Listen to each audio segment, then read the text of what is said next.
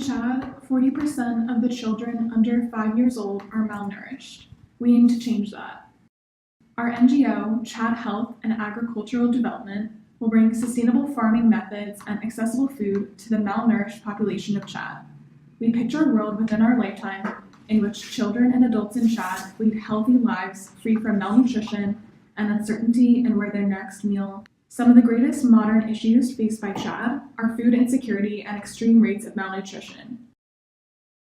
In 2018, the number of children suffering from severe acute malnutrition, or SAM, and requiring hospitalization has increased 45% compared to previous years. The rates of severe acute malnutrition in Chad are double the number defined as emergency level by the World Health Organization. Chad is especially vulnerable to food insecurity in June and July due to lack of fertile land and proper climate, including the desertification of Lake Chad, the country's primary source of potable water. The country's state of emergency has many effects on the population, including chronic poverty, low resilience, and insufficient resources. The leading cause of mortality for women in Chad is maternal malnutrition caused by insufficient food consumption, diets low in nutritional value, and frequent infections. The first project objective that my group, Chad, decided we would tackle is furthering education regarding the ability to grow crops year-round using new techniques and methods. This truly is the underlying issue with food shortages in the desert areas of the country, as the same methods are being employed every year and they fail to produce sufficient food consistently. There is a number of reasons why this is the problem, but mainly it is the fact that the new agricultural techniques have not been brought to the area yet. Chad has a very specific climate alternating between wet and dry seasons, resulting in a very unique soil composition. This soil is not suited for the traditional growing methods that are currently being used, as these methods were not designed for such an extreme place. Therefore, education regarding how to properly work the soil to achieve sufficient amounts and varieties of food year-round is the solution. Specifically, we would like to set up centers with small fields where seminars would be hosted on a consistent basis. These seminars would be free to attend and would cover all the necessary skills to grow crops in the environment.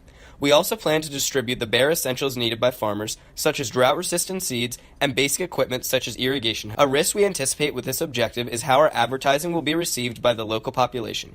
We expect that cultural norms and stigmas will stand in the way of people coming to our seminars, even if they are for the better. We plan to mitigate this risk by partnering with established and respected organizations already in the area, such as Africare and Farm Africa. Our second objective is to target the health of Chad's vulnerable population, mothers-to-be, pregnant women, and young children.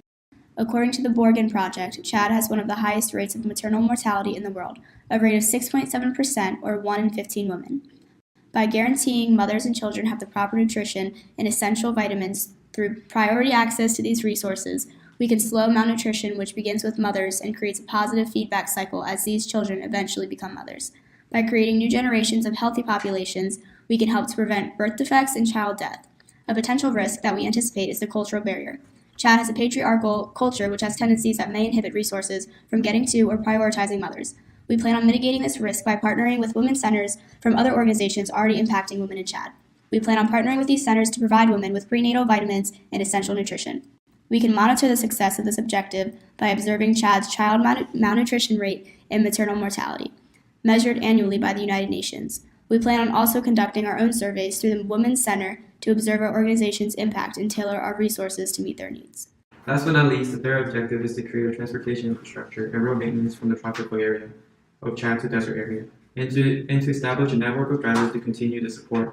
The reason why improving transportation is important is that road conditions in Chad aren't very good. Although Jamina main roads are paved, other roads are mostly dirt and sand. Possessing no railroad, Chad is heavily reliant on its 32,000-kilometer road network for the transport of agricultural goods and for linking its widely dispersed population with social services. However, only around 263 kilometers of the roads are paved, and during the rainy season, mid-June to mid-September, many roads become impassable or are restricted by flooding. If the road transportation improves, the surplus of resources produced from the tropical area can be distributed efficiently. This will ultimately positively affect malnutrition crisis because it'll be easier to distribute food resources around the country. There are many places in Chad that has agricultural potential, like Salamat, and in order to take advantage of these potentials, it is important to reinforce roads with concrete-based roads that connect these places with the desert areas or the cities like Jamena. This objective will benefit many people from safer, cheaper transport of agricultural goods and enjoy improved access to hospitals, schools, and workplaces. And in order to maintain the project's success due to transportation, The area will be project coordination unit that provides progress reports of how the project is going semi-annually within the 3-year plan and compared to previous year's work. From the start, we are planning to partner with local organizations AfriCare and Farm Africa in order to gain the citizens' trust and to work together to achieve the objectives. We plan to start our venture out with our third objective, as transportation is the most complex and will require the most time to become self-sustaining. Around a year in, we will begin our first and second objectives in the desert areas. After 6 months, we plan to be established in the area and have women's centers open, along with educational seminars running on a consistent basis. After 3 years in the area, we expect to be a known entity and will be receiving less cultural opposition. Additionally, we plan to start seeing the benefits of the transportation system we set up coming to fruition in the northern deserts. At 4 years, we plan to be in the transition phase where we ensure that the country will have the resources to keep the program running for the foreseeable future.